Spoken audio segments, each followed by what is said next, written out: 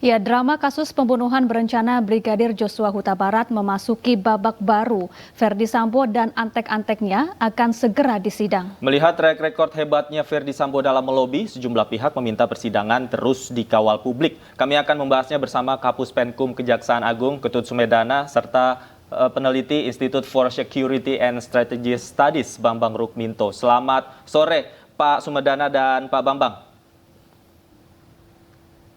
Selamat sore, Mas.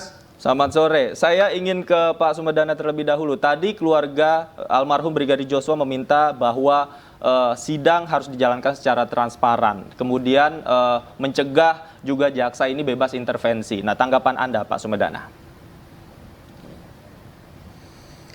Tentu ini perkara yang sangat menarik perhatian masyarakat ya.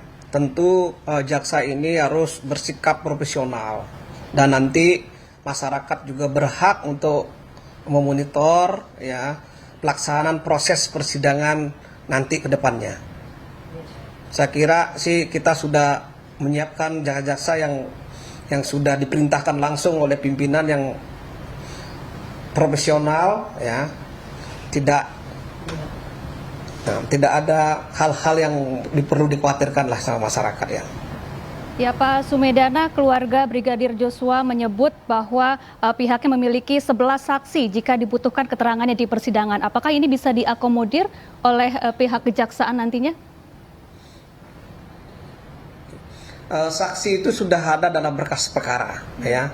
Nanti saksi yang dalam berkas perkara lah yang diutamakan ya. Nanti kalau mungkin penuntut umum memerlukan kesaksian di luar daripada berkas perkara ya, mungkin tidak untuk kemungkinan kita juga akan bisa memeriksa di persidangan. Itu tergantung kebutuhan daripada proses pembuktian di persidangan.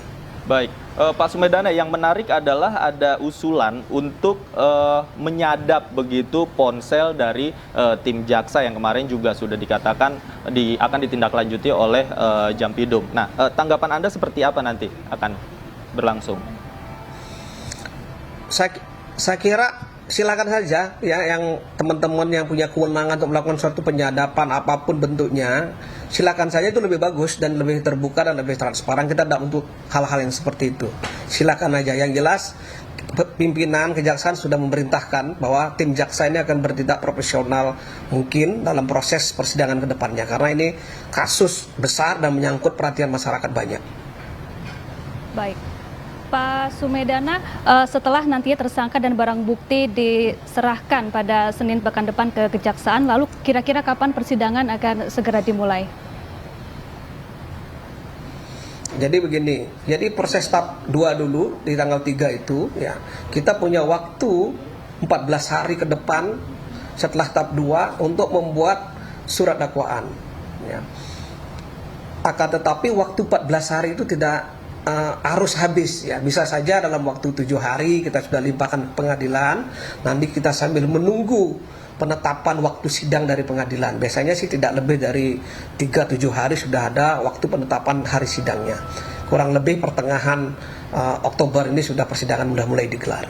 Oke, baik. Saya ke Pak Bambang. Pak Bambang, melihat dari pengalaman track record Verdi Sambo yang beberapa kali melakukan upaya untuk mengintervensi atau merekayasa kasusnya ini, kira-kira kalau dari sisi persidangan nanti apa saja yang harus diwaspadai dan potensi-potensi munculnya intervensi dari mana saja? Kalau di pengadilan tentunya publik tidak bisa melakukan intervensi ya. Memang hanya bisa mengawal saja bagaimana proses itu nanti akan berlangsung. Demikian juga proses pelimpahan setelah P21 ini dari penyidik kepolisian menuju kejaksaan. Setelah P21 kemudian P22 penyerahan bukti dan tersangka kepada kejaksaan, apakah para tersangka ini nanti juga akan yang menjadi sorotan masyarakat, apakah tersangka ini nanti juga ditahan, termasuk Ibu Putri. Ya. Ini yang menjadi sorotan masyarakat saat ini. Ini juga akan membuktikan bagaimana kejaksaan ini lebih bertindak pada prosedural atau lebih memperhatikan asas keadilan di masyarakat. Itu sementara seperti itu, Mas. Iya, Pak Bambang, beberapa barang bukti dalam kasus ini juga sempat dirusak dan hilang. Apakah ini akan menyulitkan prosesnya nanti di persidangan? Bagaimana menurut Anda, Pak? Kalau sampai sejauh ini sudah P21 tentunya kejaksaan yang lebih paham ya, apakah bukti-bukti yang kuat ini sudah ditemukan. Sampai sekarang kan belum disampaikan ke publik. Terkait dengan senjata api itu semua kan belum disampaikan oleh kepolisian. Harapannya memang kejaksaan nanti ketika sebelum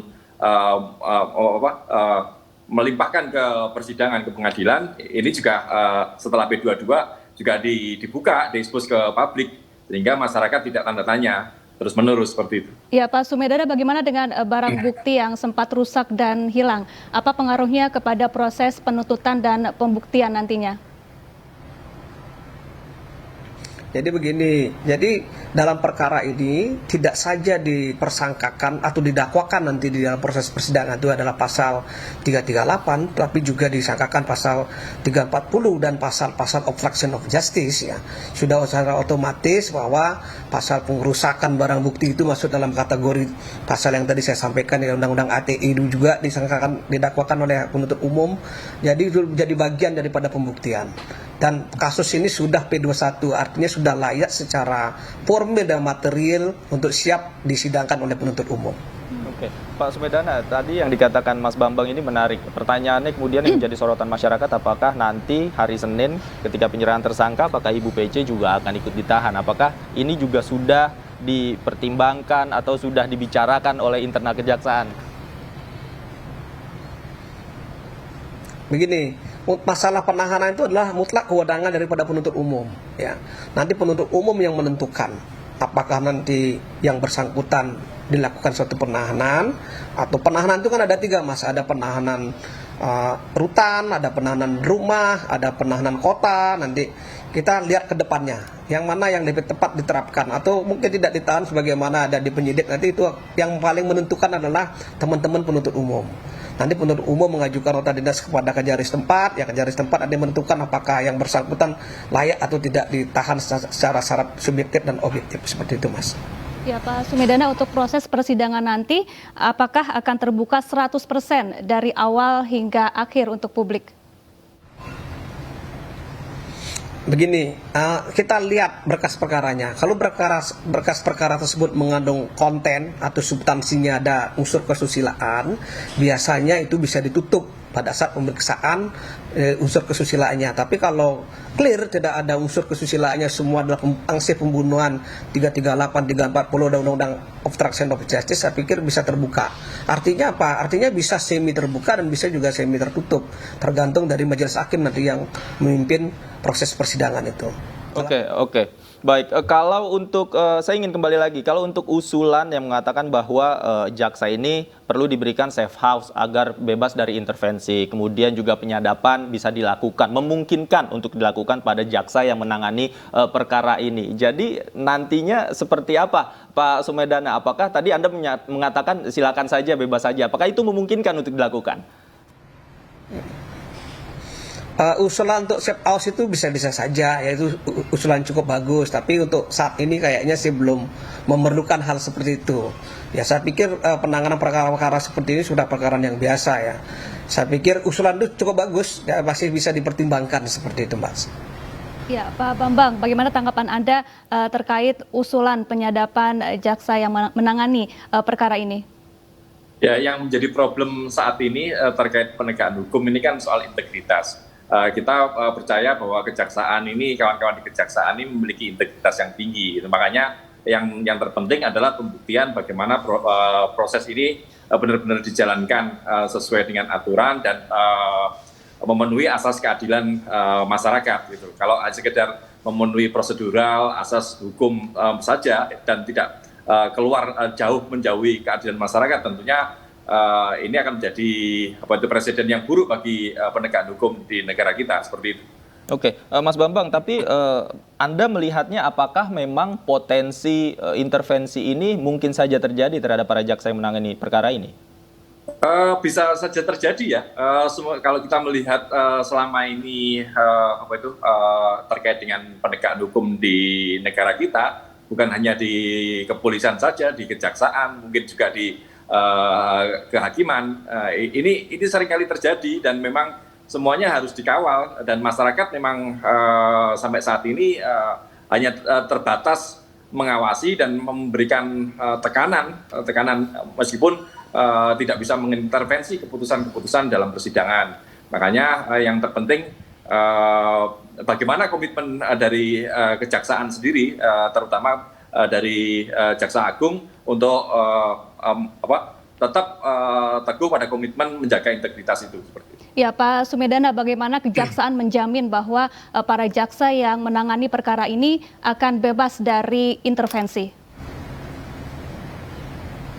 Tadi di awal sudah saya sampaikan bahwa kami tetap profesional dan berintegritas. Tentu karena ini perkara yang sangat menarik perhatian masyarakat, dan masyarakat akan mengawasi secara penuh, tidak hanya jaksa, hakim juga diawasi. Saya pikir sih tidak ada alasan lain untuk tidak profesional, ya, dan untuk tidak berintegritas. Saya yakini bahwa orang-orang yang dipilih sudah cukup profesional dan terbiasa menangani perkara-perkara yang besar di kejaksaan. Oke, terakhir Pak Sumedana, bocorannya sedikit, nanti hari Senin kan akan diserahkan tersangka dan juga barang bukti tingkat kedua. Nanti akan seperti apa itu? Jadi penyerahan tahap 2 itu adalah penyerahan tersangka dan barang bukti. Ya, tadi dari di depan saya jelaskan bahwa yang diserahkan itu nanti pada Pengadilan Negeri Jakarta Selatan, ya, sebagaimana lukus tindak pidana terjadi, ya. Nanti mungkin ada pemeriksaan sebentar, setelah itu akan dilakukan penahanan kembali kalau itu diperlukan. Nanti ditentukan penahanan yang paling mudah dijangkau pada saat proses persidangan, ya, dan yang tentunya yang paling aman bagi penegakan hukum, proses penegakan hukum ini yang lagi akan berjalan di persidangan, seperti itu, Mas. Ya, Pak Bambang, terakhir ini 2 berkas perkara digabung, pembunuhan berencana dan perintangan penyidikan. Apakah menurut Anda ini akan berpengaruh terhadap jalannya persidangan, bahkan terhadap hukuman nantinya? Dengan 2 berkas obstruction of justice dan berkas pembunuhan ini dijadikan satu, ini tentunya akan mempermudah proses di persidangan nanti. Hanya saja memang karena ini saling terkait dengan obstruction of justice-nya ini kan masih panjang dan butuh proses juga. Tentunya dengan apa yang disampaikan oleh kejaksaan tadi, bahwa berkas-berkas obstruction of justice pun sudah B21, artinya bukti-bukti dan saksi-saksi terkait obstruction of justice ini sudah lengkap, dan harapannya memang terkait dengan obstruction of justice ini juga akan semakin memperkuat pentersangkaan 340 dan 338 itu. Harapannya memang tidak akan jauh berbeda dengan asumsi-asumsi masyarakat selama ini, bahwa vonis ke depan akan vonis terberat itu akan terjadi seperti itu. Baik, itu harapan kita bersama, dan kita pastinya harus mengawal terus bagaimana jalannya persidangan seperti tadi dikatakan oleh Pak Sumedana. Terima kasih Pak Ketut Sumedana sudah bergabung sama kami. Mas Bambang juga terima kasih atas waktunya sudah bergabung sama kami di Anju Sore. Selamat sore.